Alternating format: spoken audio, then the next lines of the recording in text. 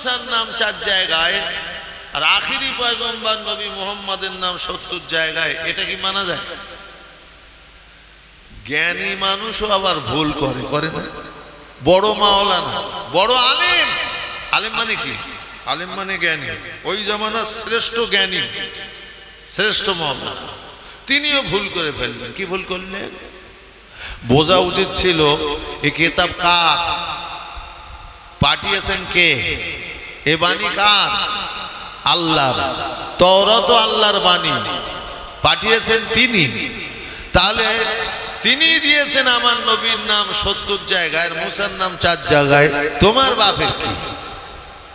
আমি এটা কথা করে বল, তোমার 14 পুরুষের কি? তুমি ওখানে মাতব্বারি করতে গেলে কেন? বাংলা বাংলি বলছি, বুঝতে পারছেন? হ্যাঁ, তাহলে কৃষি কি হয় এর রেডারে ধরা পড়িনি সেদিন। কি করলো? আমার নবী মুসার নাম 4 জায়গায়, আখিরি নাম নবীর নাম 70 জায়গায়, আমার নবী মুসার নাম থাক 4 জায়গায়, আর আখিরি জামানার পয়গম্বর নবী মুহাম্মাদের নাম থাকবে মাত্র 1 জায়গায়। জোরে বলেন সুবহানাল্লাহ। বললেন কেউ? বলুন সকলে নাউজুবিল্লাহ। হ্যাঁ, কত বড় বেয়াদবি করে ফেলেছে।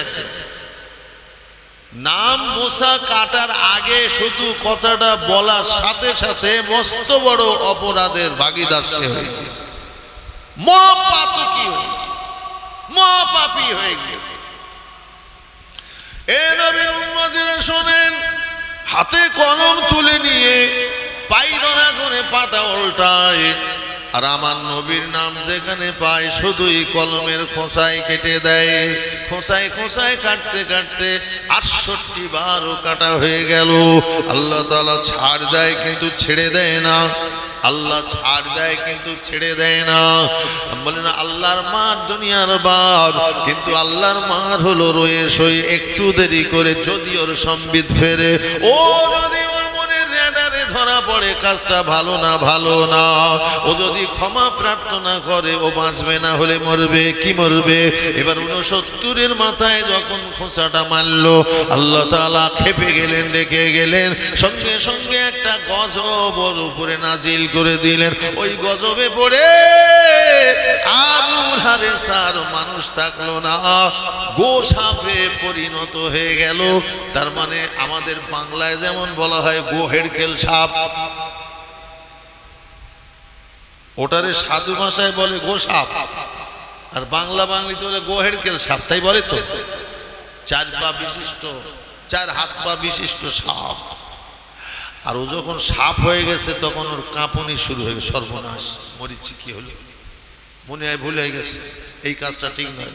কাজ করার পরে অনুশোচনা হয়।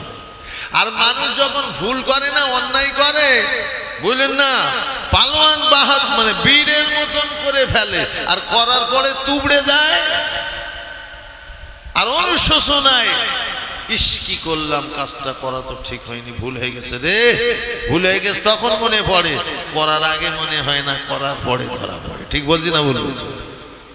ভাইজান আমার বোনেরা, এখন যখন গোসাপ হয়ে গেল, ওর তখন চিন্তা এত বেড়ে গেল, এবার কি করি, কোথায় যাব, কি করে পালাবো, কি করে নুকাবো। কেননা তখনকার মানুষ, এখনকার মানুষ শুধু নয়, তখনকার মানুষও গোসাপের গোস্ত খেত। আবার গোসাপের গোস্ত খায় না এখনো মানুষ, অনেক মানুষ আছে কুকুরের গোস্ত খায়, কুত্তার গোস্ত খায়। এক দেশের মানুষ কুত্তার গোস্ত খায়, সাপের গোস্ত খায়, কুত্তার গোস্ত খায়, খায় না? আমি লম্বা করবো না, সংক্ষেপ করব।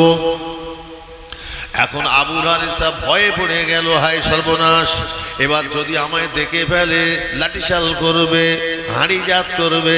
লাঠিশাল করবে মানে লেঠিয়ে মেরে শেষ করবে, আর কুটি কুটি বটি বটি করে হাঁড়িতে চাপাবে, ভুনা করে, ঝোল করে, ভুনা করে, জাত করে, কিমা করে, কাবাব করে পেটে চালান করে দেবে। ছাড়বে না, আমার ছেলেরাও ছাড়বে না, কারণ বুঝবে না আমি যে তাদের বাপ, বুঝতে পারবে না আমি যে সাপ। আমি যে গোসাপ, আমার বিবি আমার স্ত্রীও ছাড়বে না, আমি গোসাপ, আমার ভাইরা ছাড়বে না, ভাতিজারা ছাড়বে না, চাচারা ছাড়বে না, পড়শিরা ছাড়বে না, গ্রামবাসী ছাড়বে না, দেশের মানুষ ছাড়বে না। যেই দেখবে পাওয়ার চেষ্টা করবে, খাওয়ার চেষ্টা করবে। বলে বেড়া ভাঙা ছোট লাগিয়ে দিল, পালিয়ে পালিয়ে পালিয়ে পালিয়ে এক ঘন অসার জঙ্গলের ভিতরে ঢুকে গেল, যে জায়গায় যে জঙ্গলে কোনো মানুষ সচরাচর যায় না। মানুষের ভয় আছে তো, জঙ্গল যদি তেমন হয় অনেক দূর দিয়ে সে যায়, কেননা জঙ্গল মানে হিংস্র জন্তু জানোয়ারের বাস। আর আবুল হারেসার স্থান হলো ওই জঙ্গলের ভিতরে। এটা মিশরের এক জঙ্গলের ভিতরে, কারণ তুর পাহাড়টা মিশরে, আর মুসা নবী অবস্থান করতেন মিশরে। আর মুসা নবী মাঝে মাঝে তুর পাহাড়ের মাথায় উঠে আল্লাহ পাকের সঙ্গে ডাইরেক্ট সরাসরি কথাবার্তা বলতেন। জোরে বলেন সুবহানাল্লাহ। আল্লাহ পাকও ডাইরেক্ট বলতেন, এই মুসা এই করতে হবে, ওই করতে হবে।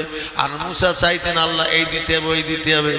মুসা বান্দার জন্য, সৃষ্টির জন্য চাইতেন, বলতেন, আর আল্লাহ তাআলা মুসার উপরে দায়িত্ব কর্তব্য সম্পর্কে নসিহত শুনিয়ে দিতেন।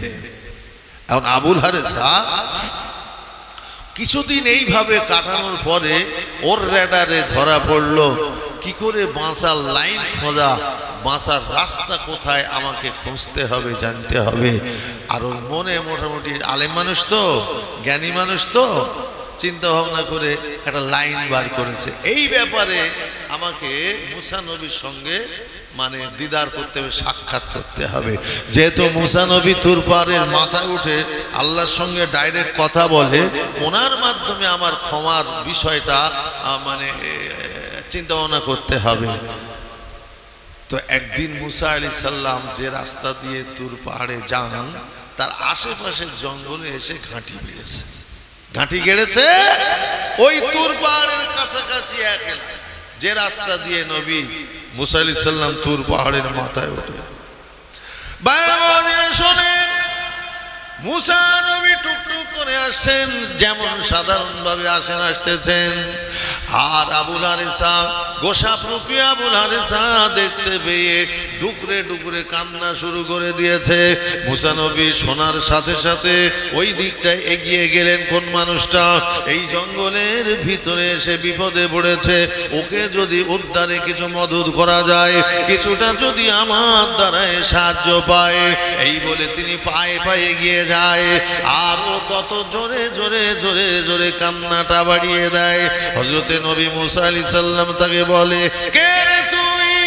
মানুষের কণ্ঠে এই জঙ্গলের ভিতরে এমন করে মানুষের কণ্ঠে কান্নাকাটি করিস, মনে হয় তুই কোন জেন হবি, জেন হবি, মনে হয় কোন জেন, তুই মানুষের কণ্ঠে কাঁদিস।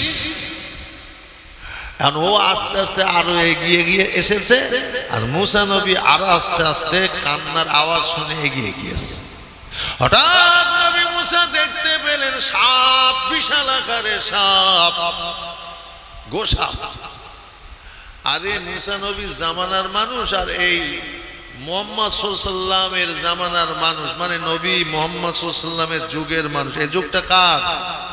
এই জামানা কার? নবী মুহাম্মদের সাল্লাল্লাহু আলাইহি ওয়াসাল্লামের জামানা, ততে উম্মতে মুহাম্মাদির জামানা। ক ফুটে আমরা?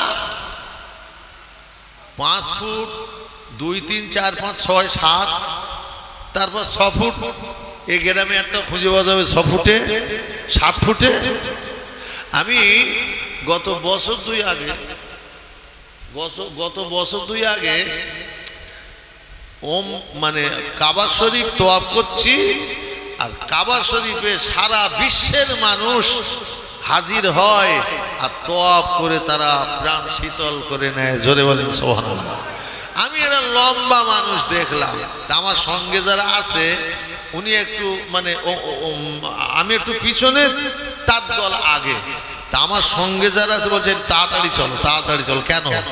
আমি বলছি ওকে একটু ছুঁতে হবে, ওর সঙ্গে একটু মোসাফা করতে হবে। এত লম্বা মানুষ আল্লাহ দুনিয়ায় এখনো রেখেছে, তা খুব তাড়াতাড়ি করে কাছাকাছি হয়ে যে হাতটা ধরলাম মোসাফা করার জন্য, হাত ধরলাম, সালামও দিলাম, হাতটাও ধরলাম। তা আমি দেখলাম তার কাঁধে আমার মাথা, তার কাঁধে আমার মাথা, তার মানে ও যেন আমার দাদু আর আমি ওর পোতা, বুঝলেন? কিন্তু বয়স কম, লম্বা খুব। এ জমানায় দুটো একটা আছে, 8 ফুট 9 ফুট 8.5 ফুট এরকম আছে, পৃথিবীতে একাধিক আছে। আমি বলতে চাইছি বাবা, মুসা নবী জামানার মানুষ অনেক লম্বা চওড়া ছিলেন, মোটা তাজা ছিলেন। তাহলে অত লম্বা একটা গোসাপ নবী মুসা আলাইহিস সালাম বলেছিলেন তুই কি জেন? বলে না আমি জেন নই, আমি জেন নই, আমি জেন নই। এই সময় বলছে তাহলে তুই মানুষের, তুই গোসাপ কেন? মানুষের কণ্ঠী বা কাঁদিস কেন? আরে জেন তো সাপের রূপ ধারণ করতে পারে, বিভিন্ন রূপ ধরতে পারে, আমার মনে হয় তুই জেন হবি। ওই সময় আবু হারিসা বলেছিল এ নবী মুসা আপনি কি আমাকে চিনতে পারলেন না? আমার পরিচয়টা কি আপনি বুঝতে পারলেন না আমি কে? আমার কণ্ঠস্বর শুনে কি আপনি অনুমান বা বুঝতে পারলেন না আমি কে? বলে তুই কে? আমি কি করে বুঝবো? তুই তো সাপ। বলে না আমি সাপ বটে, কিন্তু আমি হলাম এই জামানার সবচেয়ে বড় ভক্ত আপনার, আমি আপনার বড় প্রেমিক, বড় ভক্ত, আর এই জামানার বড় আলেম আমি। বলে তুই বড় আলেম, বড় ভক্ত, তোর নামটা কি? বলে হুজুর আমার কণ্ঠস্বর শুনে কি বুঝতে পারছেন না? বলে তুই বল না।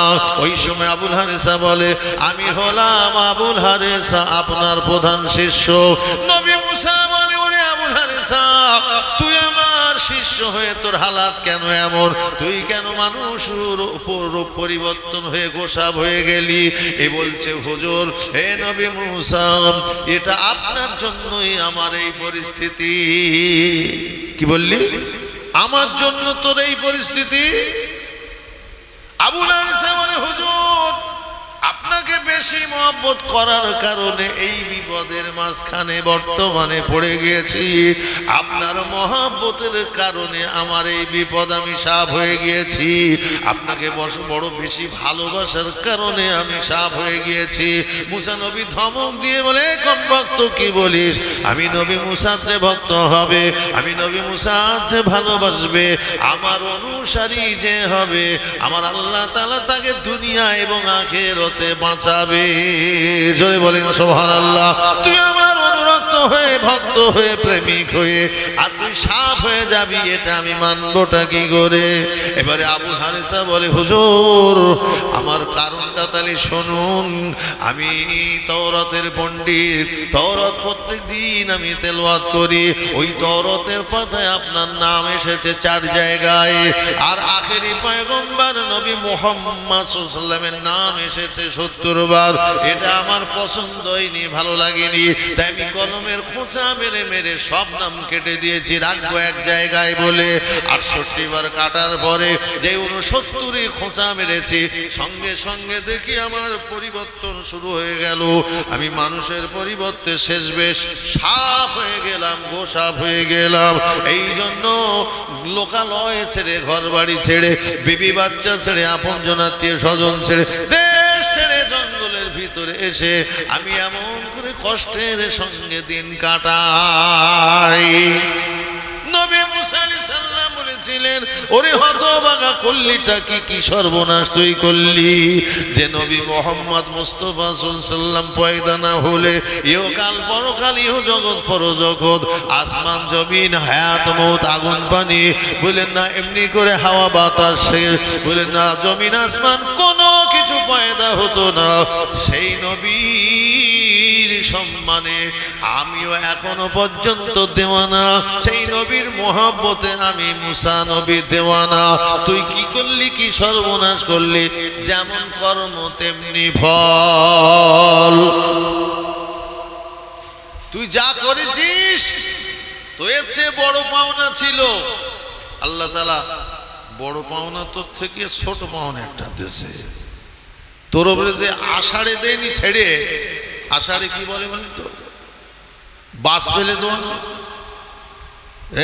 তো শুধু সাফ করে দিচ্ছে, আর অনেক কিছু করে দিতে পারতো আমার আল্লাহ। কোন নামে তুই বেয়াদবি করেছিস, কার নামে তুই বেয়াদবি করেছিস? আরে হুজুর আপনি এমন বললেন, আপনার মহব্বতে আমি মুসিবতে পড়ে গিয়েছি, ভুল করেছি, আমার উদ্ধারের চেষ্টা না করে, চেষ্টার কথা না বলে এমন করে আমাকে ধমকালেন। বলে যেমন কর্ম তেমনি ফল, যা করেছি যেন ভোগ। এবার যখন বলেন না পা তুলেছেন চলবেন, আবুল হারিসা কাঁদতে কাঁদতে বলে হুজুর আপনি কি আমার জন্য যাবেন তো তুর পাহাড়ের মাথায় আল্লাহর সঙ্গে কথা বলতে, সৃষ্টির দাবি দাওয়ার কথা শোনাতে বলতে যাবেন, আর ওই সঙ্গে আমার একটা দাবির কথা কি শোনাবেন? আল্লাহ কি আমাকে মাফ করে দেবেন? আপনি কি আমার জন্য ক্ষমা চাইবেন? যেহেতু আমি আপনার প্রধান শিষ্য বড় ভক্ত, এই প্রধান শিষ্য বড় ভক্তের জন্য আমার আল্লাহর কাছে আপনি কি একটু ক্ষমা চাইবেন, মাফি মাংবেন? মুসা নবী বলেছিল, ওরে কম ভক্ত, ওরে হতভাগা, তুই যে অন্যায় করেছিস, পাপ করেছিস, তোর এই ভুলের জন্য আমি রব্বুল আলামিন আল্লাহ পাকের নিকটে ক্ষমা চাইতে পারবো না। আল্লাহ পাকের কাছে তোর ব্যাপারে আমি যদি ক্ষমা চাই, তা কত যে ধমক খাবো তার ঠিক আছে? ধমক খেয়ে তো বলেন না, হ্যাঁ তুই যার নামে খোঁচা মেরিস তিনি হলেন আল্লাহর প্রিয় হাবিব, পেয়ারা হাবিব, তার নামে কোটি কোটি মানুষ উদ্ধার পাবে, তার নামে তুই খোঁচা মেরেছিস, আর তোর জন্য আল্লাহ পাকের কাছে আমি ক্ষমা চাইবো আশা করিস? ও আমার দ্বারা হবে না, ও আমার দ্বারা হবে না। আবুল হারিসা কাঁদে, হাওয়াও করে কাঁদতে কাঁদতে বলে হুজুর আমার জন্য ক্ষমা চাইতে হবে না, তবে আপনি কি এটাও বলতে পারবেন না এ আল্লাহ রাব্বুল আলামিন আবুল হারিসার ক্ষমার কোনো লাইন আছে কিনা? এটা বলতে পারবেন না?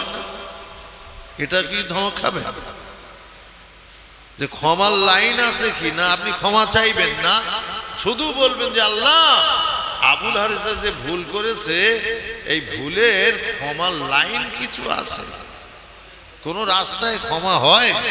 এতটুকুই জিজ্ঞেস করবেন।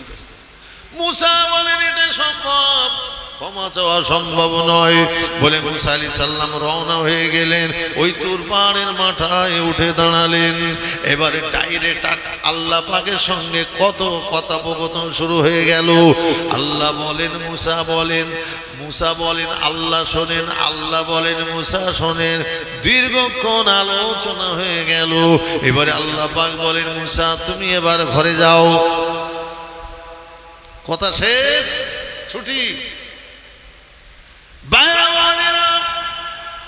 মুসা নবী আমতা আমতা করে কি যেন বলতে চায়, কিন্তু বলার সাহস হয় না, পায় না। জোরে বলে, আর একটু জোরে হবে না? সাহস হয় না, সাহস পায় না। কি করে বলি? যদি আল্লাহ ধমক মারে, হ্যাঁ কি করে বলি? কিন্তু আল্লাহ তাআলা সব জানতা, আল্লাহ তাআলা সব জানেন। এ ভাইজান আমার হাজিরা, আল্লাহ পাক বলে মুসা কি যেন বলতে চাও? বলে ফেলো, তোমার কথাটা আমি শুনবো, তুমি বলো। মুসা নবী সাহস পেয়ে বলে রব্বুল আলামিন আল্লাহ পাক তুমি আমার এক উম্মত, আমার এক ভক্ত, আমার এক শিষ্যকে তুমি সাপ বানিয়ে দিয়েছো, গোসাপে পরিণত করে দিয়েছো। আমার আল্লাহ বলে মুসা আমি তাকে গোসাপ বানিয়েছি, অন্য কিছু করে দিতাম, শুধু গোসাপ বানিয়ে দিয়েছি। মুসা বলো সে কি অপরাধ করেছে, ভুল করেছে, তাকে তুমি জানো? মুসা নবী বলে রব্বুল আলামিন আল্লাহ পাক হ্যাঁ জানি, সে মহা অপরাধ সীমা লঙ্ঘন করেছে, বড় পাপ আমি শুনেছি, আমিও ধমক দিয়েছি তাকে। এ রব্বুল আলামিন আল্লাহ পাক বড় অন্যায় করেছে, আমার উম্মত, আমার শিষ্য, আমার ভক্ত। আমার আল্লাহ বলে করেছে বলে আমি তাকে করে দিয়েছি গোসাপে পরিণত। মুসা বলে আল্লাহ সে যে মহা ভুল করেছে, ওই ভুল ক্ষমার কোনো লাইন কি আছে? দয়া করে মেহেরবানি করে যদি লাইন থাকে বলুন। জোরে বলেন, আরে হাঁপিয়ে যাচ্ছেন, জোরে বলেন সুবহানাল্লাহ। রব্বুল আলামিন আল্লাহ পাক বলেন মুসা রে, যে জড় পাপ করুক, অপরাধ করুক, গুনাহ করুক, অন্যায় করুক, যদি অন্যায় বুঝতে পেরে, গুনাহ বুঝতে পেরে আমি আল্লাহর কাছে যদি কেউ ক্ষমা প্রার্থনা করে, আমি ক্ষমাশীল আল্লাহ, আমি মাফকারী আল্লাহ, তাকে মাফ করে দেব। যে কেউ ক্ষমা চাইলে তার মাফ হবে, বুঝলেন না? তবে এ নবী মুসা শোনো, ও আবুল হারেসার ক্ষমা হবে না, আমি আল্লাহ ক্ষমা করব না। কেননা আমার হাবিবের নামে খোঁচা দিয়েছে, আমার হাবিবের নামে বেয়াদবি করেছে, আমি আল্লাহ তাআলা আবুল হারেসাকে মাফ করব না, ক্ষমা করব না। মুসা নবী বলে, আল্লাহ তাহলে কি আমার প্রধান শিষ্য, আমার ভক্ত, আমার উম্মত ওই সাপ ওই বাকি জীবনটাকে দুনিয়ায় কাটাবে, ওই গজব ঘাড়ে করে কি কবরে যাবে, ওই গজব ঘাড়ে করে কি হাসরে উঠবে? আর গজব যদি না নামানো হয়, না নামে, তাহলে তো সারাসার জাহান্নামে পৌঁছাবে। রব্বুল আলামিন আল্লাহ পাক আমার ওই উম্মত, আমার শিষ্য, আমার ভক্ত আবুল হারেসার ক্ষমার কোনো লাইন আছে কিনা বলুন? আল্লাহ বলে, মুসা শোনো, আমি ক্ষমা করব না, তবে ক্ষমার লাইনটা বলে দেব। মুসা বলে, ক্ষমার লাইনটা কি? আল্লাহ বলে, ক্ষমার লাইন হলো যার নামে বেয়াদবি করেছে, যার নামে খোঁচা মেরেছে, নাম কেটেছে, তার কদম ধরে ওই কথা স্বীকার করে, গুনার কথা তার কাছে ব্যক্ত করে যদি তার কাছে ক্ষমা চায়, আর তিনি যদি ক্ষমা দেয়, আমি আল্লাহ দেব ক্ষমা করে। জোরে বলে। মুসা বলে, আল্লাহ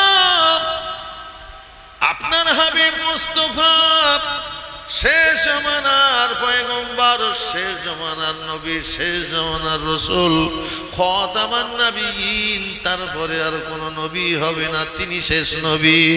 আমার পরেও তো নবী আছে, তো শেষ জামানার নবী তিনি হবে। এই এত বছর কি তিনি, এই লম্বা সময় ধরে আমার ভক্ত, আমার শিষ্য কি টিকে থাকবে, বেঁচে থাকবে? কত হাজার পরে নবী আসবেন শুনলেন? 4000 বছর। তো 4000 বছর কি মানুষ বাঁচবে? এ উম্মতে মুহাম্মাদিরা শুনুন, মুসা নবী বলেন, আল্লাহ আমার উম্মত কি অতদিন হায়াত পাবে তোমার হাবিব যখন দুনিয়া আসবে?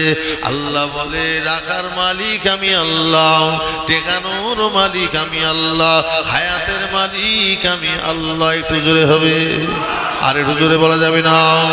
ভাইরা বাবা জি নাও, যাও মুসা তোমার উম্মতকে বলো, ক্ষমার আশা যদি করে থাকে ততদিন পর্যন্ত অপেক্ষায় থাকতে হবে। আর আমার হাবিব যখন আসবে, যে কদম জড়াতে হবে, ক্ষমা চাইতে হবে। আমার হাবিব ক্ষমা করে দিলে আমি আল্লাহ দেরি করব না, ক্ষমা করে দেব। মুসা নবী ফিরে আসছেন।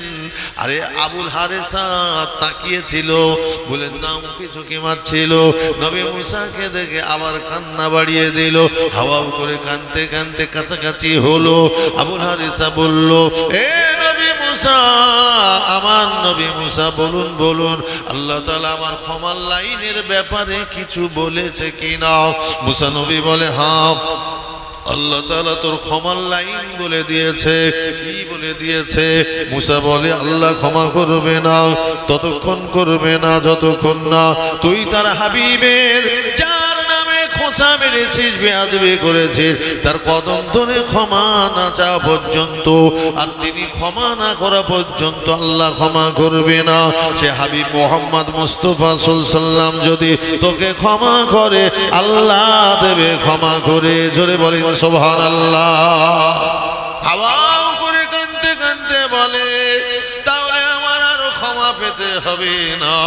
এই সাপ রূপে আমার বাকি জীবন কেটে যাবে, সাপ রূপে মরতে হবে, সাপ রূপে হাসরে উঠতে হবে, গজব ঘাড়ে করে যেতে হবে, গজব নিয়ে গজবের কেন্দ্রে পৌঁছাতে হবে, জান্নাতের সুগন্ধ আমার নাকে পৌঁছাবে না বলে জোরে জোরে কাঁদে। মুসা নবী বলে, কান্না বন্ধ কর। লাইনটা হলো, বলে না মুসাকে বলে, আবুল হারেসা বলে, নবী মুসা আমি কি ততদিন আর হায়াতে থাকবো? মাঝ বয়সে পৌঁছে গিয়েছি, এবারে কখন যে আমার মৃত্যু এসে যাবে ঠিক নাই। আমি তো তাওরাতের পাতায় দেখেছি এখনো আর একজন নবী আছে, ওই নবী হলেন ঈসা। ঈসার পরে মোহাম্মদ মুস্তাফা।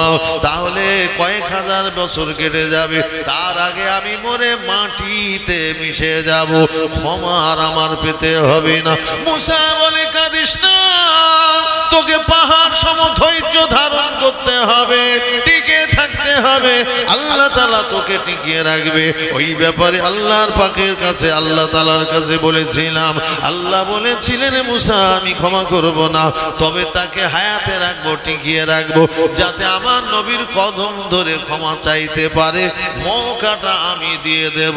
জোরে বলেন সুবহানাল্লাহ। ওরে আবু লারিসা রে, তুই কাঁদিস না, এখন ধৈর্য ধর, অপেক্ষায় থাক, অপেক্ষায় কাটাও। যতদিন নবী না আসবে তুই সুযোগ না পাবি, ততদিন তোর মরণ হবে না, আল্লাহ গ্যারান্টি দিয়ে দিয়েছে। বলেন সুবহানাল্লাহ। আল্লাহুম্মা সাল্লি আলা সাইয়্যিদিনা মাওলানা মুহাম্মদ ওয়া আলা আলি সাইয়্যিদিনা।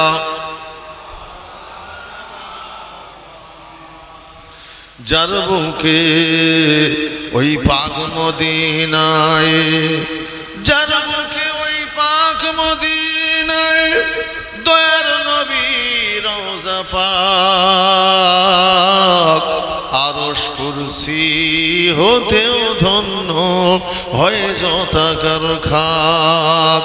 আমার নবীর ভবের জীবন যেথায় হলো শেষ, এই জগতে ভালো লাগে প্রিয় নবীর দেশ। আল্লাহুম্মা মাওলানা মুহাম্মদ ওয়া আলা আলি সাইয়্যিদিনা। এ নবীর উম্মতেরা, আবু লারিসার জানা রয়েছে মক্কাতুল মুকাররমায় বিশ্ব নবী, আখিরি নবী, খাতামান নবী, তিনি জন্মগ্রহণ করবেন মিশরের জঙ্গল ছেড়ে। এবারে সময় সুযোগে ওই আস্তে আস্তে করে মানে আগাতে আগাতে আগাতে আগাতে জঙ্গলে জঙ্গলে এভাবে করে আস্তে আস্তে মক্কাতুল মুকাররমায় এসে হাজির হয়ে গেল। পাহাড়িয়া এলাকায় পাহাড়ের গুহায় কাটাতে লাগলো। কম বেশি 4000 বছর তার এভাবে সবর করে দুনিয়ায় তাকে কাটাতে হলো। লেখা আছে তাওরাতে, আখেরি পয়গম্বর পাহাড়িয়া এলাকায় আল্লাহর সৃষ্টি রহস্য দেখবার জন্য, ওই নিদর্শনগুলো দেখবার জন্য তিনি বিচরণ করবেন, ঘোরাঘুরি করবেন। কখনো জঙ্গলের দিকে যাবেন, কখনো পাহাড়িয়া মরুভূমি এলাকায় যাবেন। ভাইরা বাবাজিরাও, কোন কোন জায়গা দিয়ে যাবেন এ সমস্ত সব কিছু লেখা আছে তাওরাতে। এই আবুল হারিসা সেই জায়গায় অপেক্ষায় থাকলো, কবে আসেন নবী, কবে আসেন এই এলাকায়, এই রাস্তা দিয়ে এই পথ ধরে নবী কবে আসেন, কবে আসেন, এ প্রতীক্ষায় তার বহু বছর কেটে গেল।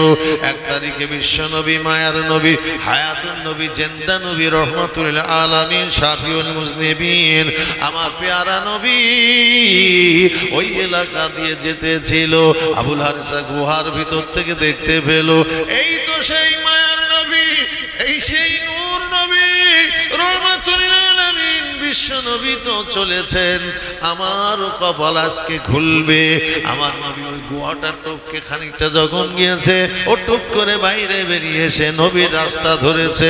পিছু পিছু পিছু পিছু নিঃশব্দে পায়ের শব্দ, হাতে মানে চলার শব্দ নবীর কানে যেন না যায়, এমন করে চুপি সারে নবীর পিছু নিয়েছেন। কিন্তু ভাই মনে রাখবেন, মনটা ভরে যাবে, দিলটা ঠান্ডা হয়ে যাবে। আমার নবী এমন নবী, সামনের দিকে যেমন দেখতে পান, পিছনের দিকে সমান হারে দেখেন, দেখতে পান। আমার নবী বলেছিলেন সাহাবীদেরকে, এ বাবা সাহাবীরা শোনো, আমি মুহাম্মাদুর রাসূলুল্লাহ সাল্লাল্লাহু আলাইহি ওয়াসাল্লাম, আমি যা দেখি, দেখতে পাই, দুনিয়ার কেউ তা দেখতে পায় না। ইন্নী আরা মা লা তারাউনা, আমি রাসূলুল্লাহ, নিশ্চয়ই আমি রাসূলুল্লাহ যা দেখি দুনিয়ার কেউ তা দেখতে পায় না। জোরে বলেন সুবহানাল্লাহ। আবুল হারিসা চিনল কি করে, নবীকে চিনল কি করে? ও ভাইজান, আমার নবীর সুরত সম্পর্কে এই তওরাতের পাতায় বর্ণিত আছে, সিরত সম্পর্কে বর্ণিত আছে। সিরত আলাদা জিনিস, সুরত আলাদা জিনিস। সুরত হলো আমার নবী পাকের মোবারক মাথা থেকে মোবারক কদম পর্যন্ত, এটা হলো সুরত। এই সুরতে হাত, এই সুরতে পা মোবারক, হাত মোবারক, এই সুরতে মাথা মোবারক, এই সুরতে মুখমণ্ডল মোবারক। ভাইজানেরা, এ সম্পর্কে সবটাই সব কিতাবের মধ্যে আল্লাহ সাজিয়ে দিয়েছে। এ নবীর উম্মতেরা শোনেন, সুরতের ব্যাপারে আমি একটা কথা বলি। আমার নবী পাকের জোড়া ভুরু ছিল, ভুরু যুগল জোড়া ছিল। এই পৃথিবীর মানুষের কারো ভোড়া মানে জোড়া ভুরু নাই, মাঝখানে ফাঁকা আছে না? ভুরু কারে বলে? কথা বলেন না। ভুরু, ভুরু কারে বলে? এই চোখের উপরে যেটা আছে এটাকে ভুরু বলে। আমাদের মাঝখানে একটু ফাঁকা, আর আমার নবী পাকের পুরোটাই এখান থেকে পর্যন্ত জোড়া। জোরে বলেন আলহামদুলিল্লাহ। যে দেখে সে পাগল। পাগল তারাই হয় যাদের হেদায়েতের নূর কপালে আছে। আমার নবী পাকের, বলেন না, নবী পাকের মোবারক চেহারা দেখলে, নূরের বদন দেখলে, উজ্জ্বল চেহারা দেখলে সেই পাগলেরা পাগল হয়। হেদায়েতের নূর যাদের কপালে আছে, আর নাই যাদের, তারাই দুশমন হয়।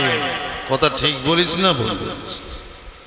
যাই হোক, আমি আপনাদের খেদমতে আর বেশিক্ষণ থাকবো না। 10টা মিনিট আমি আপনাদের খেদমতে আছি।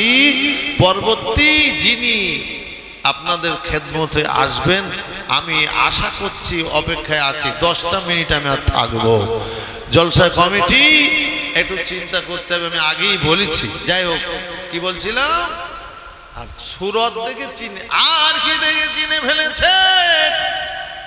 তওরাতের পাতায় লেখা আছে নবী যে রাস্তা দিয়ে যাবে, খোলা আকাশে মেঘ থাকবে না, তবে এক খণ্ড মেঘ ওই নবীর মাথায় ছায়া দিতে দিতে যাবে। জোরে হবে সুবহানাল্লাহ। চিনে ফেলেছে অনেক নিদর্শনে। কেননা নবী যে রাস্তা দিয়ে যাচ্ছিলেন এবং যখনই যেতেন রাস্তার এপাশে ওপাশে কাঁকর পাথর থাকে, ওই কাঁকর পাথরগুলো আমার নবীকে সালাম দিতেন। আসসালামু আলাইকা ইয়া রাসূলুল্লাহ হাবিবাল্লাহ, আসসালাতু ওয়াসসালামু আলাইকা ইয়া নবিয়াল্লাহ, ইয়া নবিয়াল্লাহ, ইয়া রাসূলুল্লাহ বলে পাথরগুলো আমার নবীকে সালাম দিতেন। ওই গাছগুলো, বলে না, দুই পাশে দাঁড়ানো গাছগুলো আমার নবী মায়ার নবীকে সালাম দিতেন। আর নবীজি পাথরের সালামের জবাব দিতেন, কাকরের সালামের জবাব দিতেন, গাছগাছালিগুলোর সালামের জবাব দিতেন, দিতে দিয়ে যেতেন। আবু হারিসা দেখতে পেয়েছে, শুনতে পেয়েছে, চিনতে পেরেছে, তাই পিছু নিয়েছে। এখন বললেন না, এমন কাছাকাছি হয়েছে, আমার নবী জানছেন কে আসছে, কে আসছে। আবুল হারিসা আসছে, আমার নবী জানেন আল্লাহ তাআলা আমার নবীকে কি নিয়ামত করেছেন। আউয়াল টু আখির, ভবিষ্যৎ অনেক কিছু, অতীত অতীত বর্তমান ভবিষ্যতের অনেক কিছু আল্লাহ আমার নবীকে জানিয়েছেন, আমার নবী জানেন। তাই আবুল হারিসা আসছে, নবী জানতে পেরেছেন, কিন্তু পিছনের দিকে তাকান না, চলার গতি রেখেছেন। ও কাছাকাছি হয়ে গপ করে বুকে জড়িয়ে ধরেছে, আমার নবী দাঁড়িয়ে গিয়েছে। বলেন না, কিছুক্ষণ বলেন না, একটু সময় গেল নিশ্চুপ। এই সময় আবুল হারিসা হাওয়া করে কাঁদে, ডুকরে ডুকরে কাঁদে। আমার নবী বলে, আবুল হারিসা পা ছেড়ে দে, যেখানে ছিলি সেখানে চলে যা, কেন তুই আমার পায়ে জড়ালি? ওরে আবুল হারিসা চলে যা, পা ছেড়ে দে, চলে যা।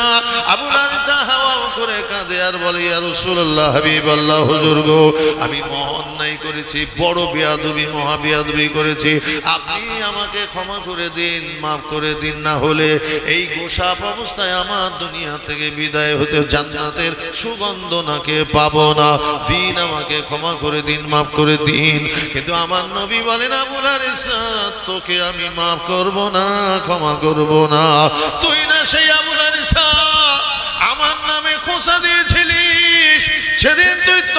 তরতের পাতায় খোঁচা মারিসনি, মেরেছিলি আমি রাসূলুল্লাহর পিঠে খোঁচা মেরেছিলি, তুই দেখবি কি? বলে আমার নবী পিছনের জামাটা উঁচু করে দিয়ে বলে আবুল হারিসা দেখ কত খোঁচা তুই কলমের খোঁচা মেরেছিলি, তোর সেই খোঁচাটা তরতের পাতায় মেরেছিস, আর আমি নবী মুহাম্মদ মুস্তাফা সাল্লাল্লাহু আলাইহি ওয়াসাল্লামের পিঠে দাগ হয়ে গিয়েছে, তুই গুনে গুনে দেখ 69টা খোঁচার দাগ। আবুল হারিসা আরো জড়িয়ে ধরে বলে ইয়া রাসূলুল্লাহ হাবিবাল্লাহ, এই জন্য তো আল্লাহ পাক রেগে যে আমাকে সাপ বানিয়ে দিয়েছে, আমি মহা অন্যায় করেছি, ইয়া রাসূলুল্লাহ হাবিবাল্লাহ ক্ষমা করে দিন, মাফ করে দিন। নবী বলে তোকে আমি ক্ষমা করব না। আবুল হারিসা দেখলো আমার এই বিপদ কাটবে না, আমি তো জান্নাতের সুগন্ধ পাবো না, তাহলে কি করে ক্ষমা পেতে হয়? বলে তার রেডারে ধরা পড়ে, বলে সঙ্গে সঙ্গে ওই কথাটা বলে ওমা আরসালনাকা ইল্লা রাহমাতাল লিল আলামিন। নবী গো, আল্লাহ তাআলা আপনাকে রাহমাতুল লিল আলামিন করে দুনিয়ায় পাঠিয়েছেন। আদম থেকে ঈসা পর্যন্ত এই লকব কারো জুটেনি কপালে, আদম থেকে ঈসা পর্যন্ত এই মহা সম্মানে সম্মানিত হতে পারেনি কেউ। ইয়া রাসূলুল্লাহ হাবিবাল্লাহ, নবী গো আপনি তো রাহমাতুল লিল আলামিন লকবধারী নবী, সৃষ্টির উপরে আপনি দয়াশীল দয়ার সাগর নবী, আমি ভুল করেছি, কদম মোবারক ধরেছি, ছাড়বো না, আপনি আপনার রাহমাতুল লিল আলামিন নামের ওসিলায় আমাকে মাফ করুন। আমার নবী দয়ার নবী বলেছিলেন আবুল হারিসা রে, তুই আমার লকব ধরে ক্ষমা চাইলি, আমি রাসূলুল্লাহ আর পারি না, আর পারবো না, আর পারবো না, আর পারি না, তোকে ক্ষমা না করে পারবো না, যারে যা পা ছেড়ে দে আবুল হারিসা, আমি রাসূলুল্লাহ তোকে ক্ষমা করে দিলাম। যেই আমার নবী ক্ষমার বাণী উচ্চারণ করেছেন, সঙ্গে সঙ্গে নারে তাকবীর, নারে তাকবীর, আওলাদে মুজাদ্দিদে জামান, আওলাদে মুজাদ্দিদে জামান জনাব হুজুর কিবলা, নারে তাকবীর। যাক, বসে যান, বসে যান, বসে যান, বসে যান, বসে যান। আরে বাবা বসেন না, বসেন। হ্যাঁ হ্যাঁ ইনশাআল্লাহ। যে চেয়ারে বসবেন না, এখানে তো চেয়ারে বসুন, তাহলে হাফ মিনিট হুজুর বসো, বলছি নিচে বসো, বসো বসো, হাফ মিনিট, হাফ মিনিট। ওই কথাটা শুনে নেন, আমার নবী দয়ার নবী যেই বলেছেন জানে যা বলার সার, তুই আমার রাহমাতুল লিল আলামিন লকব ধরে দোয়া চাইলি, ক্ষমা চাইলি, আমি রাসূলুল্লাহ তোকে ক্ষমা করে দিলাম। আল্লাহ তাআলা সঙ্গে সঙ্গে গজবটা উঠিয়ে নিল, আবুল হারিসা মানুষ হয়ে গেল, সামনে যে কাঁদতে কাঁদতে হাত দুখানা বাড়িয়ে দিল, আমার নবীকে বলল ইয়া রাসূলুল্লাহ বলল দিন আমাকে কলমা পড়িয়ে দিন। রাসূল পাক সাল্লাল্লাহু আলাইহি ওয়াসাল্লাম কলমা পড়িয়ে দিলেন। আবুল হারিসা কলমা পড়ে নবীর শিষ্য মণ্ডলীর দলভুক্ত হলো। জোরে বলেন সুবহানাল্লাহ, দরুদ শরীফ আল্লাহুম্মা। হুজুর